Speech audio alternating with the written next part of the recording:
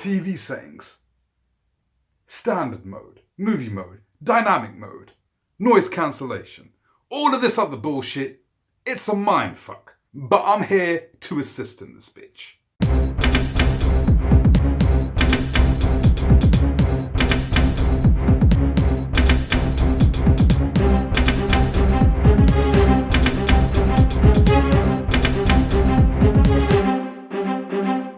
What's going on, people? It's your boy Brass Tacks in this bitch. You already know. I spent an awful lot of time talking about 4K Blu-rays. I thought it'd probably be a good time to talk about the settings in this bitch. If you guys have HDR TVs, first thing you want to do, guys, is go to Amazon and pick up Disney's World of Wonder. Okay, it's a Disney calibration disc in this bitch. I know there's a lot of calibration discs, but this is one of the best discs I've used. It has the blue thingy. You know what I mean?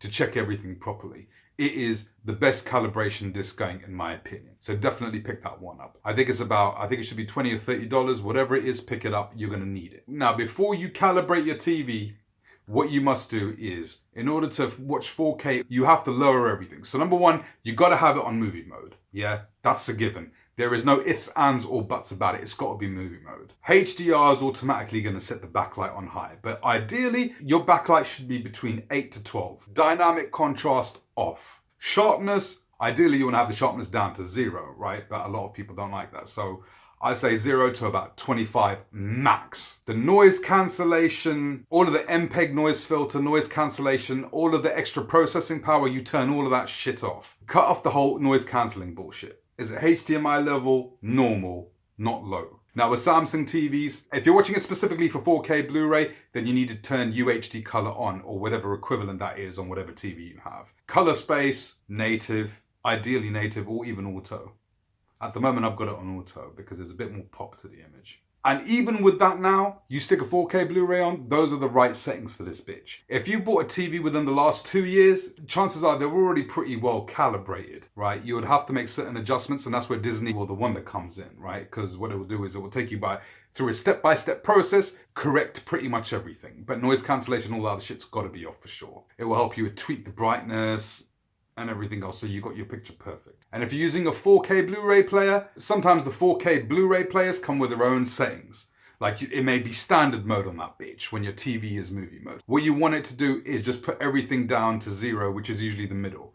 Everything down the middle, no extra enhancements on the 4K player. None of that noise cancellation shit, turn all of that shit off. Now, if you've got a Samsung 4K player and you've got a Samsung TV, BD-wise is shit and it is not accurate. Don't use it. Samsung will tell you it will create the optimal image. Maybe for Blu-ray, but certainly not for 4K Blu-ray. Now, if you are watching 1080p Blu-ray, you need to switch the UHD color off on your Samsung TV for sure, because that's going to create a tremendous amount of crush and you'll lose detail. Trust me on this one. And also, when HDR is on, you know your screen's going to shift to 20 anyway. I've been asked in the past, well, shit, the screen's on 20. That's going to affect the life of the television, isn't it? And the answer is no, because the 20 it's on, it's like a special setting in this bitch. So you haven't got it on full blast. There's a smart LED feature. You can have it on standard if you want. Some people recommend even high when you're watching HDR, or you can have it off.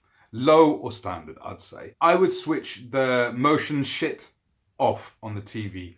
If you really want a little bit of it to give it that extra kind of clarity, then, and I'm only going by Samsung TVs, guys, on this feature, right? Which is put the judder up to 10 and the one underneath to 6, whichever one that is, right? The top one to 10, the bottom one to 6. That usually produces the best results.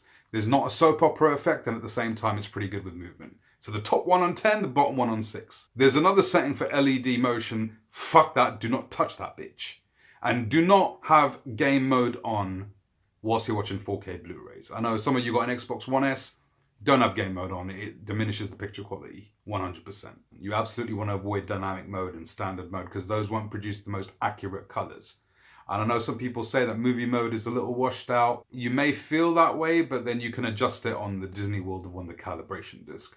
So don't worry about that so much. It's gonna be the picture exactly the way the director intended it to be. I know there's a lot of calibration settings online for specific models, so you can go with it that way.